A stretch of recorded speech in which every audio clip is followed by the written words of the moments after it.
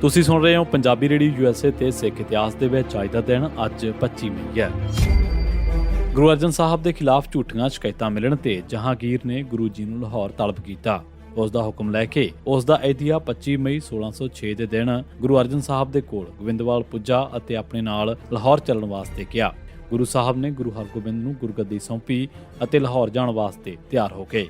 25 ਮਈ 1675 ਹਰ ਰੋਜ਼ ਕਿਸੇ ਨਾ ਕਿਸੇ ਇਲਾਕੇ ਦੇ ਵਿੱਚੋਂ ਸੰਗਤਾਂ ਗੁਰੂ ਤੇਗ ਬਹਾਦਰ ਸਾਹਿਬ ਦੇ ਦਰਸ਼ਨ ਕਰਨ ਵਾਸਤੇ ਚੱਕ ਨਾਨਕੀ ਹੁਣ ਅਨੰਦਪੁਰ ਸਾਹਿਬ ਦਾ ਹਿੱਸਾ ਆਉਂਦੀਆਂ ਰਹਿੰਦੀਆਂ। ਇਹਨਾਂ ਜਥਿਆਂ ਦੇ ਵਿੱਚ 25 ਮਈ 1675 ਦੇ ਦਿਨ 16 ਕਸ਼ਮੀਰੀ ਬ੍ਰਾਹਮਣਾਂ ਦਾ ਇੱਕ ਜੱਥਾ ਵੀ ਚੱਕ ਨਾਨਕੀ ਆਇਆ। ਉਹ ਇੱਕ ਮੋਤਬਾਰ ਸਿੱਖ ਆਗੂ ਭਾਈ ਕਿਰਪਾ ਰਾਮ ਦੱਤ ਨੂੰ ਵੀ ਆਪਣੇ ਨਾਲ ਲੈ ਕੇ ਆਏ। ਭਾਈ ਕਿਰਪਾ ਰਾਮ ਕਸ਼ਮੀਰ ਦੇ ਵਿੱਚ ਸਿੱਖ ਧਰਮ ਦੇ ਸਭ ਤੋਂ ਵੱਡੇ ਪ੍ਰਚਾਰਕਾਂ ਦੇ ਵਿੱਚੋਂ ਇੱਕ ਸਨ। ਕਸ਼ਮੀਰੀ ਬ੍ਰਾਹਮਣ ਇਸ ਸਿੱਖ ਆਗੂ ਦੀ ਬਾਂਹ ਫੜ ਕੇ ਚੱਕ ਨਾਨਕੀ ਆਏ ਅਤੇ ਤਖਤ ਦਮਦਮਾ ਸਾਹਿਬ, ਹੁਣ ਦਮਦਮਾ ਸਾਹਿਬ, ਥੜਾ ਸਾਹਿਬ ਅਤੇ ਭੋਰਾ ਸਾਹਿਬ ਗੁਰਦੁਆਰੇ ਗੁਰੂ ਦੇ ਮਹਿਲ ਵਾਲੇ ਕੰਪਲੈਕਸ ਦਾ ਹਿੱਸਾ ਨੇ ਤੇ ਗੁਰੂ ਸਾਹਿਬ ਦੇ ਦਰਬਾਰ ਦੇ ਵਿੱਚ ਆ ਕੇ ਫਰਿਆਦੀ ਹੋਏ। ਕਸ਼ਮੀਰੀ ਬ੍ਰਾਹਮਣਾਂ ਨੇ ਗੁਰੂ ਸਾਹਿਬ ਨੂੰ ਦੱਸਿਆ ਕਿ ਅਸੀਂ ਕੇਦਾਰਨਾਥ, ਬਦਰੀਨਾਥ, ਪੁਰੀ, ਦਵਾਰਕਾ ਜੀ, ਮਥੁਰਾ ਤੇ ਹੋਰ ਸਾਰੇ ਹਿੰਦੂ ਸੈਂਟਰਾਂ ਤੋਂ ਹੋ ਕੇ ਆਏ ਹਾਂ, ਪਰ ਕਿਸੇ ਨੇ ਵੀ ਸਾਡੀ ਬਾਂਹ ਨਹੀਂ ਫੜੀ। ਅਸੀਂ ਕਸ਼ਮੀਰ ਦੇ ਨਵੇਂ ਮੁਸਲਮਾਨ ਗਵਰਨਰ ਇਫਤਿਖਾਰ ਖਾਨ ਦੇ ਜ਼ੁਲਮ ਤੋਂ ਤੰਗ ਆ ਚੁੱਕੇ ਹਾਂ। ਉਹ ਹਰ ਰੋਜ਼ ਸੈਂਕੜੇ ਬ੍ਰਾਹਮਣਾਂ ਨੂੰ ਜ਼ਬਰੀ ਮੁਸਲਮਾਨ ਬਣਾ ਰਿਹਾ ਹੈ। ਅਸੀਂ ਔਰੰਗਜ਼ੇਬ ਦੇ ਹਿੰਦੂ ਰਾਜਪੂਤ ਵਜ਼ੀਰਾਂ ਤੱਕ ਵੀ ਪਹੁੰਚ ਕੀਤੀ ਹੈ। ਉਹਨਾਂ ਨੇ ਵੀ ਆਪਣੀ ਬੇਵਸੀ ਜ਼ਾਹਰ ਕੀਤੀ ਹੈ। ਸਾਨੂੰ ਕੋਈ ਵੀ ਬੌੜੀ ਨਹੀਂ ਹੋਇਆ। ਹੁਣ ਸਾਡੀ ਆਖਰੀ ਆਸ ਸਿਰਫ ਗੁਰੂ ਨਾਨਕ ਸਾਹਿਬ ਦਾ ਦਰ ਹੈ। ਗੁਰੂ ਤੇਗ ਬਹਾਦਰ ਸਾਹਿਬ ਨੇ ਬ੍ਰਾਹਮਣਾਂ ਦੀ ਨਿਮੋ ਝੂਣਤਾ ਵੇਖ ਕੇ ਉਹਨਾਂ ਨੂੰ ਕਿਹਾ ਕਿ ਗੁਰੂ ਨਾਨਕ ਸਾਹਿਬ ਦੇ ਦਰ ਤੋਂ ਕਦੇ ਵੀ ਕੋਈ ਖਾਲੀ ਨਹੀਂ ਜਾਂਦਾ। ਵਾਹਿਗੁਰੂ ਤੁਹਾਡੀ ਮਦਦ ਕਰਨਗੇ।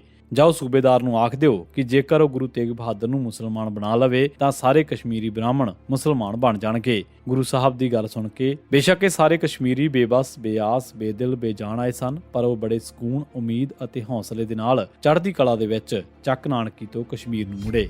ਉਹਨਾਂ ਦੇ ਜਾਣ ਮਗਰੋਂ ਗੋਬਿੰਦਾਸ ਖੰਡੇ ਦੀ ਪਾਹਲੂ ਮਗਰੋਂ ਗੁਰੂ ਗੋਬਿੰਦ ਸਿੰਘ ਉਹਨਾਂ ਨੇ ਗੁਰੂ ਸਾਹਿਬ ਨੂੰ ਸੰਜੀਦਾ ਵੇਖ ਕੇ ਪੁੱਛਿਆ ਕਿ ਇਸ ਮਸਲੇ ਵਾਸਤੇ ਤੁਸੀਂ ਕੀ ਕਰੋਗੇ।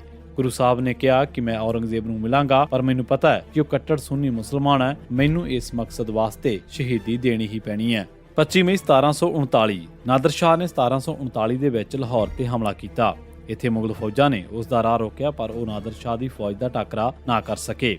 ਇਸ ਤੋਂ ਮਗਰੋਂ ਉਸਨੇ ਦਿੱਲੀ ਵੱਲ ਕੂਚ ਕੀਤਾ ਤੇ ਇੱਥੇ ਵੀ ਸ਼ਾਹੀ ਫੌਜਾਂ ਨੂੰ ਹਰਾਇਆ। 9 ਮਾਰਚ 1739 ਦੇ ਦਿਨ ਨਾਦਰ ਸ਼ਾਹ ਜੇਤੂ ਦੇ ਰੂਪ ਦੇ ਵਿੱਚ ਦਿੱਲੀ ਦੇ ਵਿੱਚ ਦਾਖਲ ਹੋਇਆ। ਉਸਨੇ ਬਾਦਸ਼ਾਹ ਨੂੰ 25 ਕਰੋੜ ਰੁਪਏ ਹਰਜਾਨਾ ਦੇਣ ਵਾਸਤੇ ਆਖਿਆ। ਬਾਦਸ਼ਾਹ ਨੇ ਖਜ਼ਾਨੇ ਦੇ ਮੂੰਹ ਖੋਲ ਦਿੱਤੇ। 10 ਮਾਰਚ ਨੂੰ ਇਹ ਅਫਵਾਹ ਫੈਲ ਗਈ ਕਿ ਕਿਸੇ ਨੇ ਨਾਦਰ ਸ਼ਾਹ ਨੂੰ ਮਾਰ ਦਿੱਤਾ। ਇਸ ਤੇ ਲੋਕਾਂ ਨੇ ਨਾਦਰ ਸ਼ਾਹ ਦੇ ਕਈ ਫੌਜੀ ਮਾਰ ਦਿੱਤੇ। ਜਦ ਨਾਦਰ ਸ਼ਾਹ ਨੂੰ ਇਸ ਦਾ ਪਤਾ ਲੱਗਿਆ ਤਾਂ ਉਸ ਨੇ ਸਾਰੇ ਦਿੱਲੀ ਵਾਸੀਆਂ ਦੇ ਕਤਲੇਆਮ ਦੇ ਹੁਕਮ ਦੇ ਦਿੱਤੇ। ਇੱਕ ਸੋਮੇ ਦੇ ਮੁਤਾਬਕ 1,12,000 ਦਿੱਲੀ ਵਾਸੀ ਕਤਲ ਕਰ ਦਿੱਤੇ ਗਏ।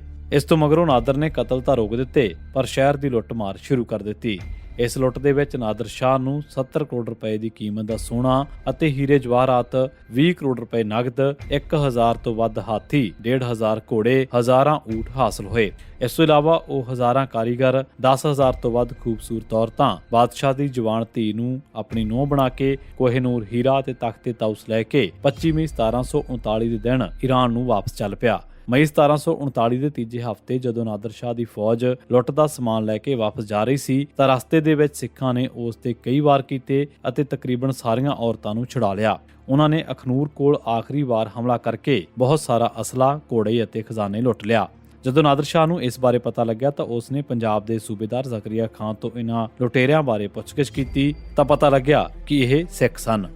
25 ਮਈ 1886 ਦਲੀਪ ਸਿੰਘ ਨੂੰ ਚੰਗੀ ਪੈਨਸ਼ਨ ਮਿਲਦੀ ਸੀ, ਜਿਸ ਕਰਕੇ ਉਹ ਅਯਾਸ਼ੀ ਵਾਲੀ ਜ਼ਿੰਦਗੀ ਬਿਤਾਉਂਦਾ ਸੀ। ਹੌਲੀ-ਹੌਲੀ ਉਸਨੇ ਆਪਣੇ ਖਰਚੇ ਬਹੁਤ ਵਧਾ ਲਏ, ਪਰ ਉਸ ਦੀ ਪੈਨਸ਼ਨ ਓਨੀ ਹੀ ਰਹਿਣੀ ਸੀ।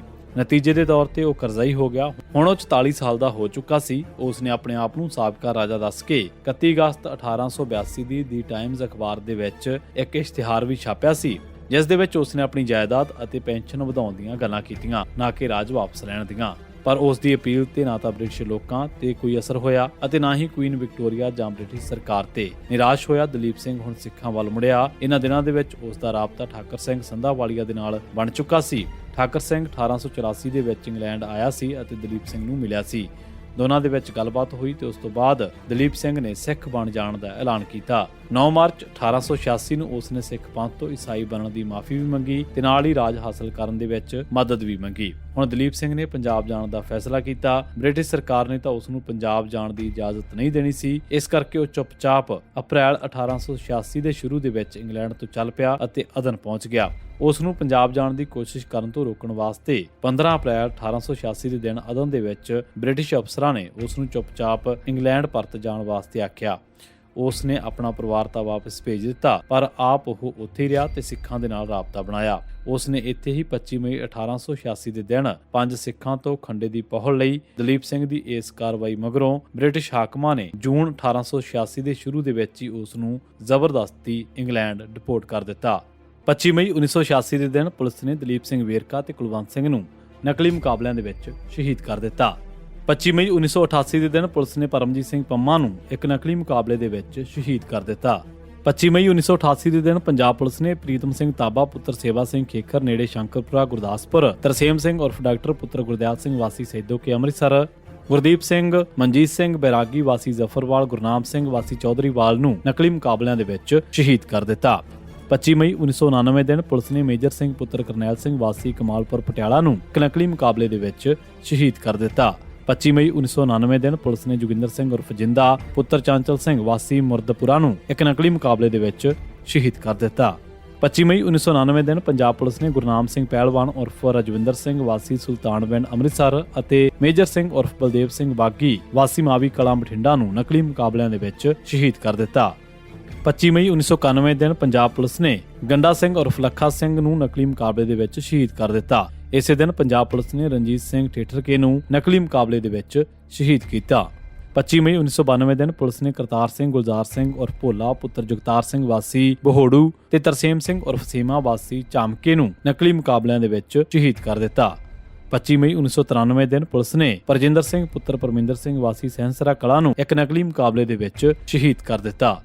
ਇਹ ਸੀ ਸਿੱਖ ਇਤਿਹਾਸ ਦੇ ਵਿੱਚ 25 ਮਈ ਦਾ ਦਿਨ। ਤੁਸੀਂ ਸੁਣਦੇ ਰਹੋ ਪੰਜਾਬੀ ਰੇਡੀਓ USA।